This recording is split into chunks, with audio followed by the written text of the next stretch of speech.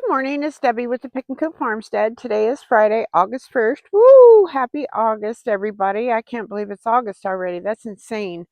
So at the end of this month, my sister and I are going on another wonderful trip. Super excited about it. Stay tuned for that later.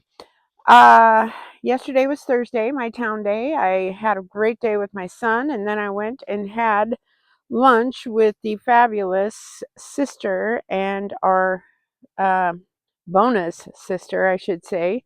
We all grew up together. Brenda, we had a great time. And then we all went to, I went and picked up Bug, and then we all went to Costco, came home, and we just kind of vegged. We had breakfast for dinner last night. So we had fresh chicken eggs, bacon, and then Bug also had toast. So, anywho, just thought you might want to know. I am amply caffeinated today. I do have to show you. I lost it. Hold on. I had my 2 cups of coffee, crazy cat lady mug, courtesy of Bug and my daughter Jessica. And I'm drinking my kombucha. I don't know if you can see in there. This is cranberry. It's delicious. So during the holiday season, this is a little tip for everybody. That's about the only time you can buy cranberries. Is I go, and every time I go to town, it starts before Thanksgiving and it ends after Christmas. I will usually buy 4 to 5 bags of the little ocean spray, I think is what they are, cranberries. So I make jam with them, which also works as cranberry jelly um, for your turkey. I don't particularly care for it. But then during the summer and winter seasons, especially when you can't get fresh fruit to put in your kombucha, I like to put the cranberry. It's so good. Sometimes I'll add, excuse me, sometimes I'll add cinnamon. It's just, or just cranberry by itself. It's good. I usually don't eat that fruit left over from the kombucha. I give it to my chickens. Chickens love it. So they're fermented basically, and so they're good for the chickens too. So we're out in the garden. It's only like 67 degrees. It's absolutely beautiful. It's unheard of for August. Yesterday was 100 degrees in town. It was hot for me. But anywho, we're out in the garden and we're just going to see what we can see. You never know what it's going to look like, especially skipping a whole day out here. I hate going a whole day. But it is a necessary evil. I have to go to town. And if I have to go to town, I'd like to hang out with my son, number one. And then I hang out with my sister and Brenda. So yeah, it's a bonus. So anywho, here we go. Let's see what we can see out here today. See if there's anything to harvest, anything to do out here manageable wise. Okay, come along. I do want to show you there's 4 of my beans that have popped up. The ones that I planted at the end of my squash slash pumpkin bed. My squash are diligently growing. I really don't have anything left to trim up where my pole is. You don't want to trim too vigorously. I hope y'all went and watched Papa's Ridge's squash tree video. I attached it to the last one when I was making the pole. The first year I made the mistake of trimming too much. I mean, it still grew and it still produced, but just not quite enough. Then of course I need to come over here and I need to harvest some basil, trim up my onions. Look at that big sunflower right there. Whoop, whoop. And I need to harvest the calendula, and I want to go over there and look and see if I have any okra. So come along. Okay, so here we go with the basil. And if you've never harvested basil or watched my videos, you want to go down, and I'll show you this up close. I just pinch it with my thumb. You can go down even farther, pinch the tops off, and the more you pinch, the more is going to grow back. So I'll show you this one. I go down to the next set of leaves because you want your top. You have these 2 leaves and the stem. You don't have to be that precise. You can even top them. Once they get real big, I just top the whole thing and they just keep growing back. So like I said, the more you pick, the more it grows. Smells delicious. And I give Johnny, my dog, I make a basil tincture for him. So he gets that every day. And what that does is let me make sure I have my mic on. Yes, I do. I let it sit overnight though, if you're worried about the alcohol content for my dog. And it's very good for pain and joint swelling like arthritis, which he has. And that dog, I have tried all these different supplements you can buy online, this and that, and I'm telling you, that works great. And then every once in a while, he gets a kind of almost like an allergic thing going on with his wheezing. And he also gets, mullein. Oh, is that a slug? No, thank goodness. It was just a dried up leaf. And he gets that twice a day. And of course, any tinctures you give your children, dogs, what have you, you don't want them getting the alcohol. So I leave it out overnight so the alcohol can dissipate or evaporate, I should say, is the correct term, I think. All right, so I'm just going to continue harvesting these guys. There's quite a bit here. I love it. So what I do is I just dry it. Unless I need to make some right away, then you can wash these, kind of dry them off a little, throw them in a jar, throw vodka right over the top. I was doing dried herbs for my tinctures, and it's actually best if you can do them fresh. And I learned that from April. Her channel is called She Is of the Woods, and I will attach her channel. Go watch her. She's amazing. This woman, I don't know how she stores all this information in her head, but she's very good with the whole medical aspect of the human body, what to use, and she makes it super, super, super simple. Her motto, she always says, and yes, even you can do it. It's that simple. And I mean, she's amazing. So I've been doing this for like 3 years now, I guess, making tinctures. And yeah, fresh is best. So you can dry it, but fresh is best. I guess she'll explain it. I can't remember what she said, to tell you the truth. But if you have some in the cupboard, which I try to keep some rotating all the time, and especially since Johnny gets it twice a day, he just gets 3 little dropperfuls is what he gets. But you've got to keep this going. It takes about 8 weeks to make it. I percolate all my tinctures for at least 8 weeks, so you have to allow for that. So I'm going to continue picking this, and then we'll be back. As you can see, I got quite a bit. Whoops, I got so much it's popping out of my hand. It's very compact, and so there's only so much pesto you can make, and I like to put it in my sauces when I'm cooking down my sauce before I can it. It's excellent. Okay, so now I'm moving on down my bed like this, and I'm going to give my little bunching onions a haircut. You can save these to put on salads or just drop them right back in the beds. My bulbing onions over here really don't need much of a haircut. I'm just going to chop the taller ones. It smells like onions now.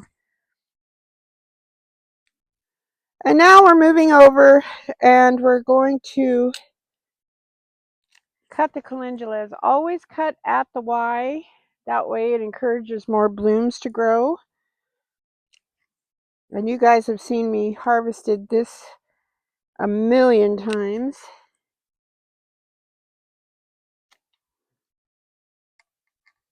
And so I'm going to continue on with this. I'm looking to see if I have any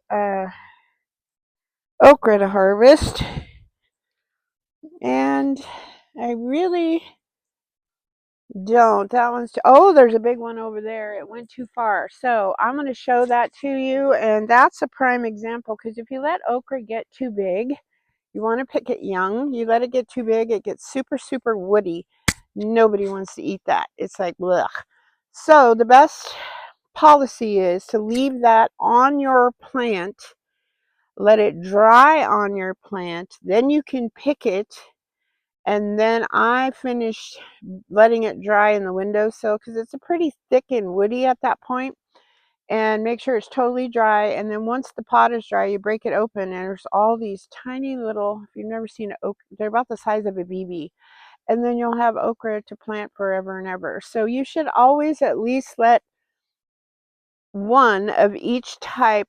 I only grow two types. I grow the Clemson Spineless, and then I grow the Star of David. And simply because that's the seeds that I have. I like both of them. They're beautiful. You just, like I said, don't let them get woody. I tried one raw with Bug the other day. She wasn't a big fan, but I thought it was kind of good. So, yeah, who knew? Look at the size of the bouquet of these that I got. And I only collect, I save the flowers. The stems I chop off and give to my chickens because they're very beneficial for your chickens. Most of the herbs that we can consume ourselves are safe for our chickens, but you just want to do your research. There are some that could cause some harm. All right, I wanted to show you this. I hope you can see this guy. He is way too long, and if you feel him, he's very hard and woody, this guy. That's a Clemson Spineless, and yeah, there's some more babies popping out. These guys are really starting to go crazy here. These plants will get huge. They like the heat. So that guy's going to stay right there. And I know just from experience and a bunch of videos I have watched that needs to stay exactly where it is until it dries on the plant. That's when you get the optimal seeds. That's good for seed saving with probably just about any plant that you want to save seeds. I do have to show you this beautiful, he's just a little feller, variegated nasturtium. The other ones did not pop up in here. These guys are kind of tough customers. You got to really soak the seeds, get them in, and keep your soil really, really wet so they can flourish. The seeds, if you've never seen a nasturtium seed, they are they're round and they're super hard. So yeah, they need to be soaked. I did a shot of my tomatillos. Look at these guys. This thing is, I don't even know how tall, but it's getting crazy tall right there. Tomatoes are starting to catch up with it right there. I have these two beautiful zinnias. I'm going to sacrifice them. These you want to cut at the wide too. Look at this guy. And that promotes more growth. This is the one the other day I showed you that was just barely open. That's a difference that a day makes. It's crazy. I'm going to put these in my jar of water in the house. Okay, so I'm over at my broccoli plant. I'm going to snip these florets, leaves and all. These would be good for tonight's dinner. We're having steak and fries, which is homegrown beef. And I'm going to steam these guys in butter. They're quite delicious. And I'm just going to go along and see how many I can pick. I thought of putting them in a salad, but they're just little fellers and they're delicious. So I'm going to see how many more I can grab. So I got this little handful, but I like the leaves too. So I might just kind of saute them, I think, like I said, maybe add a little garlic and some butter. Did harvest a little dinosaur kale, and I don't know if this is curly leaf kale or whatever it is. I can't remember. For my chickens. I'm not a big kale fan. I think I'm just going to end up growing it for my chickens from now on. And I don't do smoothies because that's a great thing to put it in. I've tried kale chips. I just never really, I go to all the trouble to make them and never eat it. So it's good for the chickens though. What I'm doing is I come in the front of my garden and I work my way to the back and I do any trimming up, any harvesting that needs to be done. So I'm looking at my dill right now, and this is one, but it's not all the way spent. This one and the littler ones are still pretty green. But this guy is definitely on its way to get dried. This is, if you don't know, this is the mammoth dill. I am going to do some, well, I'm going to actually keep these fronds on here. And usually I'll do a chop and drop, but they're drying naturally, so you can always save these and add these to dips, soups, pickles, whatever you like. Fermented pickles, I tried those last year. Oh my goodness. If you have not done that, they stay crunchy. You just ferment them out on the counter, keep them submerged. There's lots of great videos on it. I think I even did one. And they're so much better for you. They're better for your gut. So directly down here, this is my original celery plant. It's been in there for 2 seasons now. And these are my new ones that I planted this year. So what I'm doing is I'm going to harvest this. Even if you don't plan on using it right now, dry it. It's wonderful. And then you can put it in soups, stews, whatever you like. It's just doing super fantastic. And then we're going to come over here. Come on, guys. Come along. Oops, hang on. And let me get over here. And we're going to do the same thing to this guy. See if you can see. Oh, yeah. And I just almost down to the ground. These are just baby little shoots, but they're delicious. You could smell this. I love celery. And I have had a heck of a time until last year growing it. And I'm telling you, it is so much better than the store-bought. Now, if I see any funky little leaves like this on any of my plants, I chop it. I don't drop it in the bed unless they look healthy. And I just throw these outside. So let's see. We can grab a few more. Oops, come here, little fella. So that's a nice little bouquet. And a hint, after you wash these off, you can keep these in a jar in cold water and they'll stay nice and fresh and they won't wilt. So these are harvested. Now I'll be back in just 1 minute. Okay, so over here we have our beautiful yarrow, and I'm harvesting this right at the Y.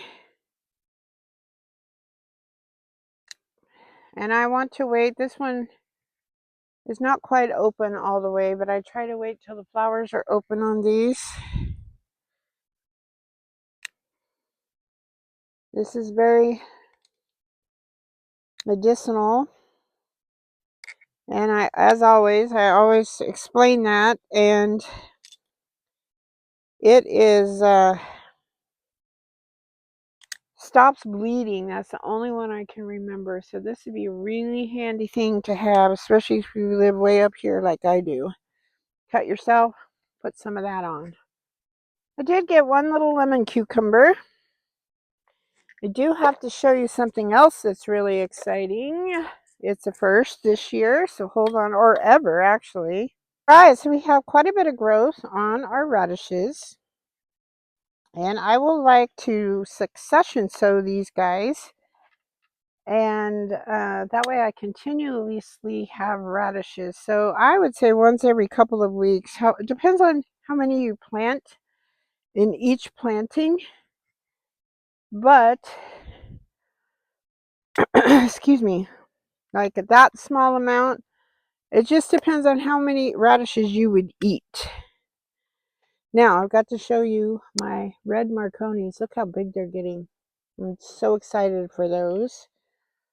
And my tomatoes are starting to look good, but this guy, look, he's changing color. It's hard to tell on camera, but he's kind of yellowish. So they go from green to lighter yellow, yellow. They just keep on going. So let's come around here. and see what we can find out. Hang on, guys. These dill are just, they like to, trying to get this one without breaking it to go around this post. He's trying to boss me around. Otherwise, he hangs out in the thing, the walkway. So I do have some basil down here to harvest. Our beans are coming along nicely. If you'll remember right, our bugs ate the beans. And so I had to grow some in the house. But look, now my cilantro has turned from cilantro into coriander, which is all these lovely little seeds. That's what I wanted to happen. I have a whole bunch in the house, but you just can't let them go to waste, right? So hold on, there's something really cool I wanted to show you. I was on my way to show you something, but look at all these beans. Lots of beans. Gabby's gonna love it. I could pick those and put them in with my broccoli too. Saute them, that'd be good. Here is an Anaheim pepper, and I think that guy is ready to be picked. He's kind of laying on the ground. There's a few in there. Look at that. Oh, they smell so good. My serranos are doing great. But, oh, that strawberry scared me. Look at this little zucchini. I like them when they're little like this. They're almost the size of the little, they call them Italian zucchinis that you buy in the store. Look at that beauty. Our first zucchini. Yay! And I did want to come over here. It's kind of a maze to get in here. And I wanted to check on my my little pumpkin spice jalapenos. They were kind of turning black, but I was wondering if that's what they do before they turn that peachy orange. But they haven't really done much since then. But look at my tromboncino. He's getting larger too, and the baby one's a little longer. So I would call that a success so far, even if I only get 2. All right, so we're gonna turn around, go back through this jungle. All right, everybody, so that's all I have for you today. I got a nice little harvest. Where's my basket? Oh, I already took it out. It's overflowing. Lovely. And so I hope the sun is shining where you are. I hope you're happy, healthy, safe. Thank you so much, as always, for watching and tuning in and commenting and sharing and all that wonderful stuff you guys do. All right, and I will attach She Is of the Woods link so you can go watch her video. She's amazing. And God bless you all. I'll talk to you later. Happy gardening. Bye-bye.